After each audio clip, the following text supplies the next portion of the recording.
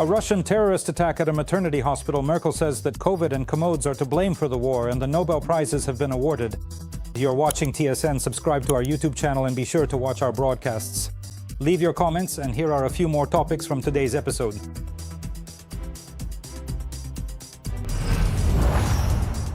Flowers, candles, and children's toys.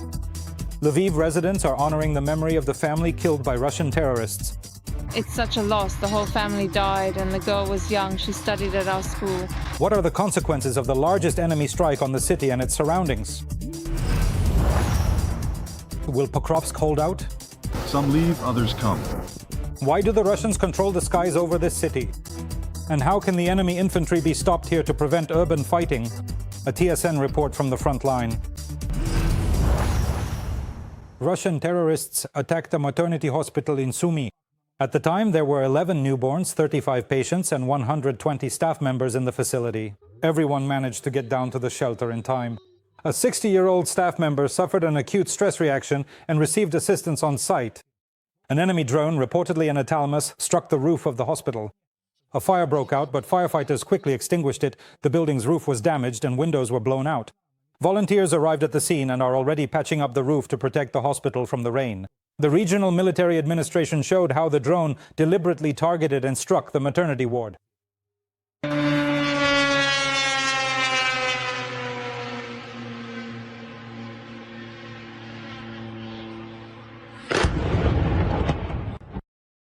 Almost half of the residential buildings in Shoska, Sumy region now have gas, according to the military administration. Gas connections are ongoing.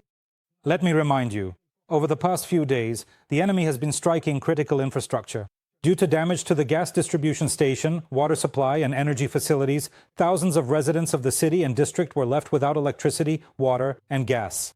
And on Sunday, the enemy also struck the railway station and trains, resulting in 1 person killed and 8 passengers hospitalized. Currently, institutions in Shoska are operating on generators, water is supplied according to a schedule, and bread is being delivered from Sumy and Lviv. The community has organized free meals for children and set up more than 100 resilience points. Some train services and routes have been changed according to the security situation, and emergency gas and power crews are working around the clock. Specialists from other regions have also been brought in to help eliminate the consequences. And due to Russian strikes, there are once again power outages in the Chernihiv region. Explosions were heard in the regional center during the day. The Russians are attacking critical infrastructure, and in the morning, an energy facility in the Iknia district came under enemy fire. The region is operating on scheduled hourly power outages, and restoration work is complicated by repeated attacks. The aftermath of the massive attack with Shaheds and cruise missiles is being dealt with in the Lviv region, and the Russians carried it out the day before at dawn. One of the shells hit a residential house in the suburbs of Lviv, where an entire family was killed. 4 people died, including a 15-year-old girl, and 6 others were injured. Our own Marichka Kujic will tell you more. Right now, I am near the destroyed house where only a pile of bricks remains after the explosion. People are bringing flowers and children's toys. Here is a portrait of Nastya. She had just turned 15 at the end of August. The girl was killed the day before during the Russian shelling. Nastya was a 10th grade student at the local school. Today, her father came here. A soldier who had just returned from the front after learning about the tragedy. We messaged each other in the evening. She asked how I was. I replied that everything was fine. And when I asked her, she also said everything was fine. And in the morning, there was this news. In this building, which was destroyed by Russian terrorists, 15-year-old Nastya lived with her mother, stepfather, and his parents. The girl, her mother, and her stepfather's parents died. Only the man survived. He is now in the hospital in intensive care. He has already undergone surgery. Both local residents and Nastya's classmates come here. Here is what the neighbors say and how they remember the night before. We paid our respects. It's such a pity. The whole family died and the girl was young. She studied at our school. The noise was very terrible. I mean, I've never heard anything louder in my life. All 6 of us survived in the house, 3 of us, my mom and me, and there was also a guest in the house. On the eve, Lviv was attacked by both drones and missiles, almost 100 in total. They hit the industrial park, which is a civilian facility. A massive fire broke out there, almost everything burned down. City transport only started running yesterday, after 9 in the morning, once the air raid was over. Some of the buses are damaged, their windows shattered. A school and a kindergarten in Lviv itself were also damaged. The educational process was not stopped. Some of the children were temporarily transferred to other educational institutions. At school number 76, only the windows were damaged and classes are already taking place today. The overall situation is much more difficult in the kindergarten because a significant part of the building suffered quite serious and extensive damage. This includes windows, interior doors, and even the roof was damaged. The day before, Lviv experienced the largest Russian attack since the beginning of the full-scale invasion. Fragments from drones and missiles are being found throughout the region. Therefore, residents are asked to be careful and immediately report any dangerous finds to the police. Merichka Kuzik, Andriy Popovich, Lviv region, TSN. One day at a time. More than 100,000 foreign-made components were found in the drones and missiles that Russia launched during the combined attack on Ukraine the day before. Volodymyr Zelenskyy reported this. In total, the enemy launched 549 targets on the night of October 5th. Among them were about 250 Shahed drones and 53 missiles. In this deadly hardware, components from companies in the United States, China, Taiwan, the United Kingdom, Germany, Switzerland, Japan, the Republic of Korea, and the Netherlands were found. This includes matrix converters, microcomputers for drone flight control, processors, bearings, and other microelectronics. The head of state noted that Ukraine has already submitted proposals to restrict the supply schemes for these components. This issue will also be discussed at the meeting of the sanctions coordinators of the SME group, which will take place this week. Ukraine is also preparing new sanctions against everyone who helps Russia wage war. Kherson region has been under enemy fire since the morning. Today there are already 14 wounded there, including 3 children who required hospitalization. The youngest injured girl is not even 3 years old. There were also fatalities. Svetlana Pavok will tell you more about the difficult morning in the Kherson region. The morning in the Kherson region began with volleys of Russian artillery. The war criminals shelled residential areas of Kherson and the surrounding villages. I didn't manage to save anything, I just arrived. Everything was already burning here. They arrived and started putting out the fire. Charred ruins and devastation after Russian strikes on residential buildings in Stepanivka. An enemy shell hit the Demeshko family's home, where there were children. 2 teenagers and their parents were hospitalized with concussions and blast injuries. Their condition is of moderate severity. However, their neighbor, 69-year-old Mrs. Tetiana, could not be saved.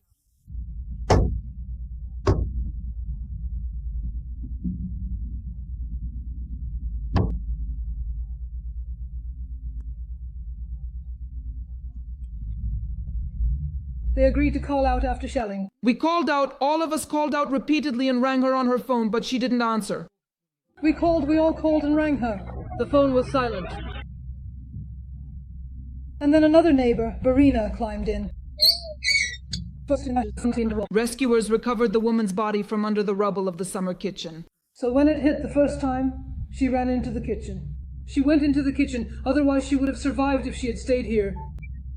This woman herself miraculously survived. After the artillery strike, gas exploded in her house. There were no doors or windows left. She and her husband were thrown by the blast wave. I jumped out because he was at my feet, and when it hit, we hid there.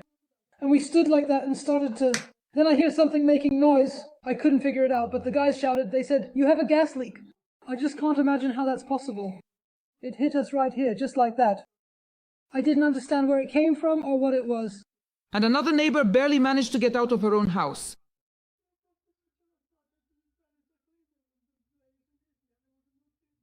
The authorities are asking people with children to temporarily move to shelters in Kherson.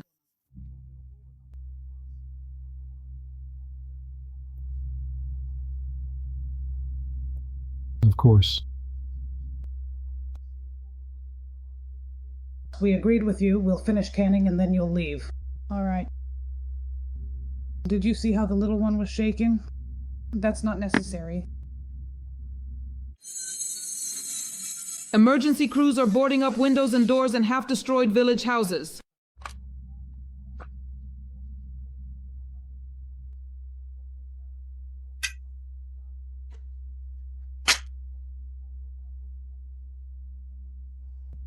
But people don't want to leave their homes. Even if it's just walls, they're still their own.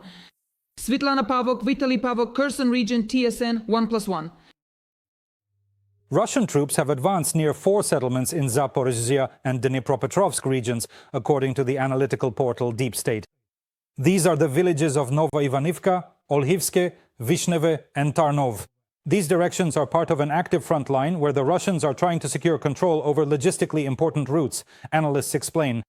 The Novopavlivka and Pokrovsk directions remain the most difficult. In just the past day, the enemy attacked nearly 100 times there. A total of 230 incidents were recorded along the front line.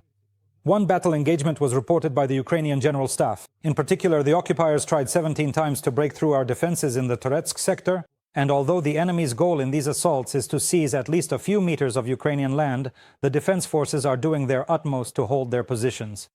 According to the General Staff, our soldiers successfully struck 3 areas where enemy personnel and equipment were concentrated.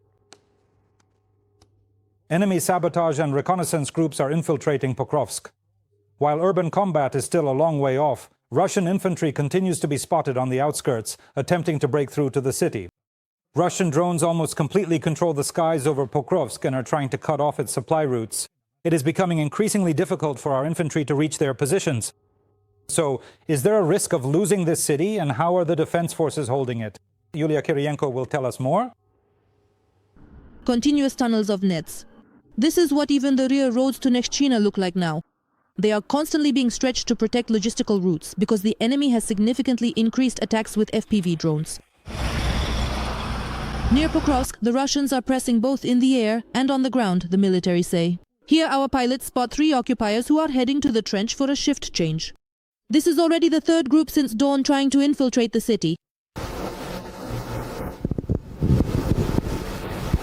To slip into residential neighborhoods, secure themselves in basements, find hiding spots, and wait for reinforcements to push deeper into Pokrovsk.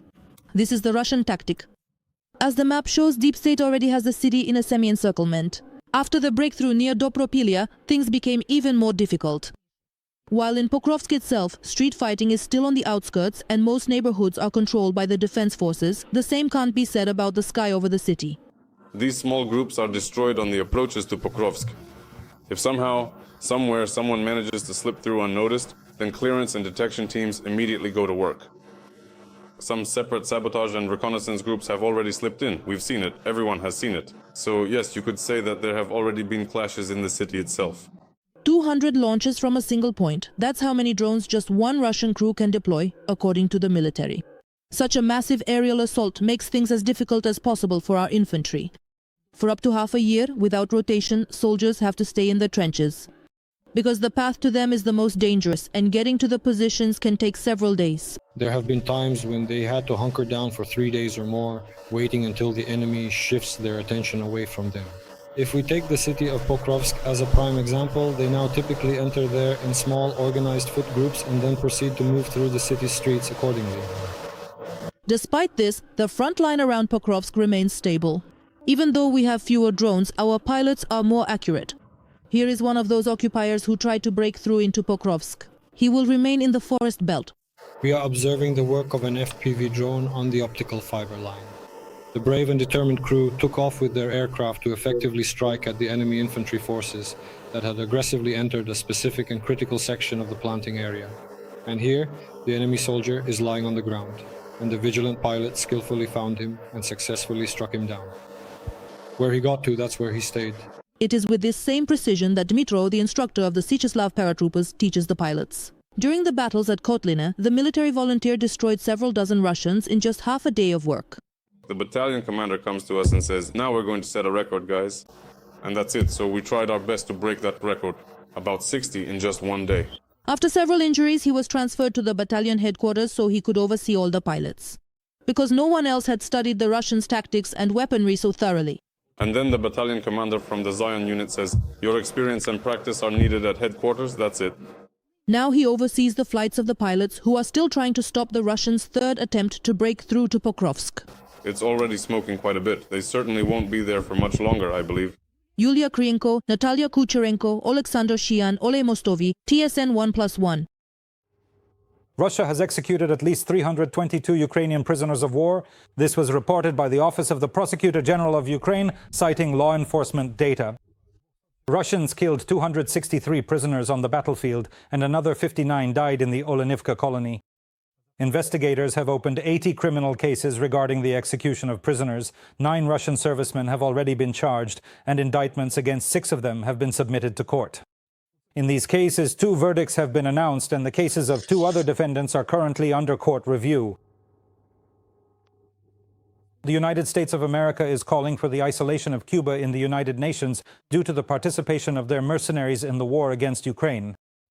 According to Reuters, based on American data, up to 5,000 Cubans are fighting on Russia's side. This is the largest number after North Korea. As journalists have learned from their sources, the Trump administration decided to use this fact as an argument to launch a diplomatic campaign and persuade other UN members not to support the annual resolution. A UN resolution calling for the lifting of the embargo on Cuba.